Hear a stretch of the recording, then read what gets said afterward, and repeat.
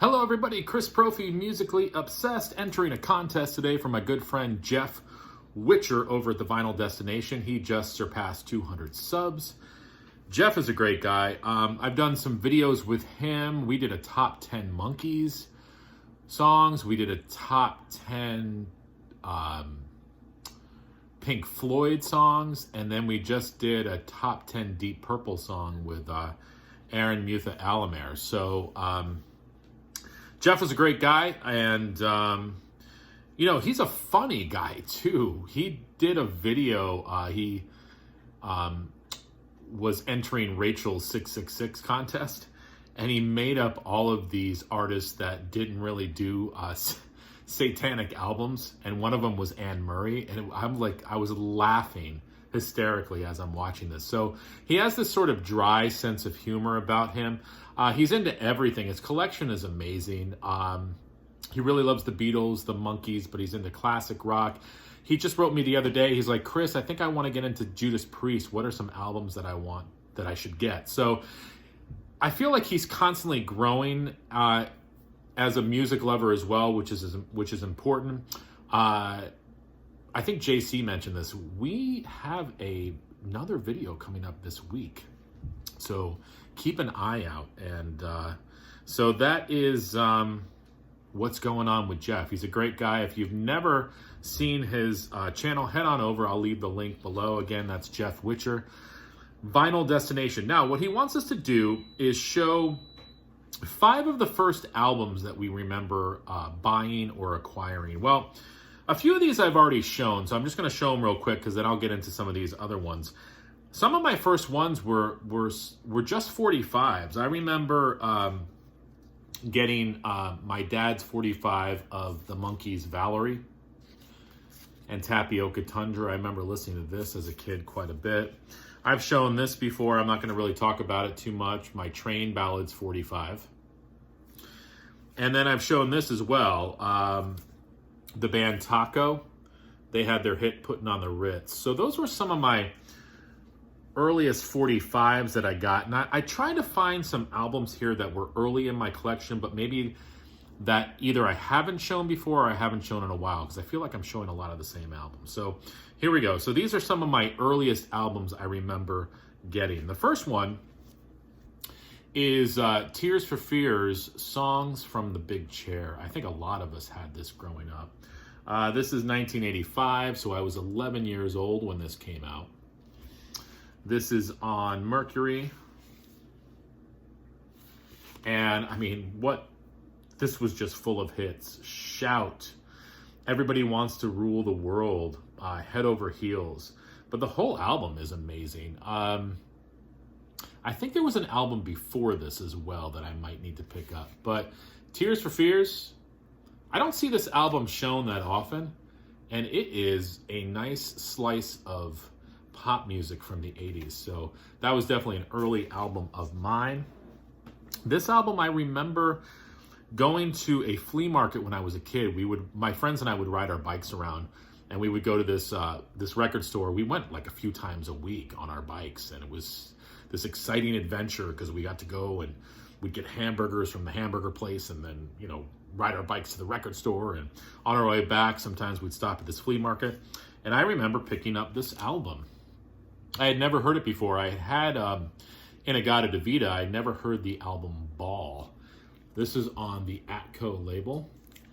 I think, in my opinion, that this album is better than Inagata Devita. So if you like Iron Butterfly and you've never listened to the album Ball, check it out. Don't know what the date is on this, but again, it came out after Inagata Devita. And the first song, right off the bat, is called In the Time of Our Lives. Really, really heavy riff. What was cool about Iron Butterfly was that Doug Engel, the lead vocalist, he also played basically a church organ. So that added a heaviness to the sound. It's kind of funny to think of that a church organ would add heaviness to it, but it definitely did. So this is a great album. Another early album of mine as a kid, Pink Floyd, A Nice Pair. I'd gotten into Pink Floyd as a kid through the album Momentary Lapse of Reason, and I remember the song Learning to Fly, which was a huge hit. Went back and discovered the early stuff like More, and then I also had this as a kid as well. And basically what this is, I don't think this has ever been issued on CD. This contains A Saucer Full of Secrets and Piper at the Gates of Dawn. Plus it's got some other stuff from Relics and Umaguma, or Umaguma, however you want to say it. Cool gatefold. And I just love the artwork. And this is on the Harvest label. I've always loved that Harvest label. So Pink Floyd, a nice pair. I remember this album. My mom always listened to this artist, and she happened to, I think my dad and her had stopped at a yard sale or something on the way home, and she picked up this album for me. She's like, Chris, you got to listen to this album. It's really good. And she was right. Janis Ian, Between the Lines. This is her 1975 album with a huge hit, At 17. The song In the Winter is amazing as well.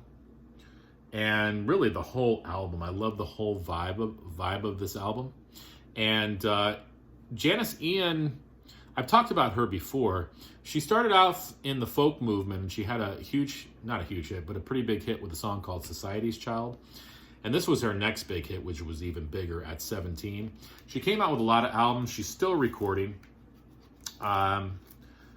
This is on Columbia, The Rainbow Connection. Just a really great singer-songwriter album with that 70s vibe to it. A lot of the folk artists were sort of moving into that singer-songwriter sound. The Carole Kings and the Joan Baez's, and Janis Ian was kind of going along with that as well. And this is just a killer album from start to finish. I know I got Aaron Mutha Alamer to buy this album. I'd love to know what he thinks of it. I think he likes it, but I'll have to talk to him about that. And my last album that I'm going to show you guys, I talked about these guys the other day, but this is one of my earliest albums by them, the Moody Blues. This is on the Threshold of a Dream. This is a gatefold on the Darum label. And this must be a reissue because didn't they were on the Threshold label, right? Or did they start on the Darum label and then it turned to Threshold? I can't remember. But a lot of people either don't realize or might have forgotten that album comes with a booklet with all the lyrics on the inside.